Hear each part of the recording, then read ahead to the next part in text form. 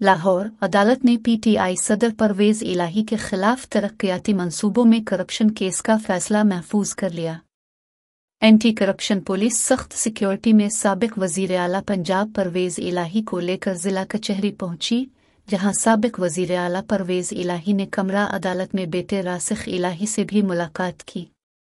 दौरान समात एडवोकेट राना इंतजार ने अदालत को बताया कि तमाम मंसूबों से मुताल्लिक दस्तावेजात मौजूद हैं, जिस पर अदालत ने वाज़ेह किया कि दलाइल सुनने के बाद कानून के मुताबिक फैसला करना है।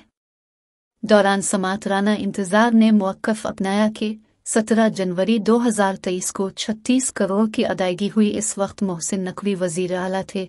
एंटी करप्शन का अफसर टेक्निकल इंक्वायरी कर रहा है।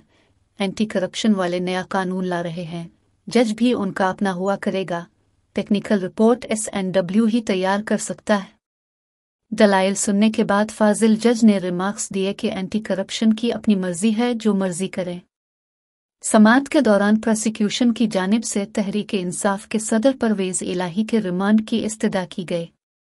दलाइल सुनने के बाद अदालत ने करप्शन केस में परवेज इलाही के रिमांड की दरख्वास्त पर फैसला महफूज कर लिया। वाज़ेह रहे कि परवेज इलाही को कल एंटी करप्शन ने लाहौर से गिरफ्तार किया था। परवेज इलाही के खिलाफ एंटी करप्शन में सरकारी ठेकों में कमीशन लेने के इल्ज़ाम पर मुकदमा दर्ज है। उनके खिलाफ लाहौर के थाने में कार सरकार में मुदाखलत और पुलिस पर तशद्दुद का मुकदमा भी दर्ज है।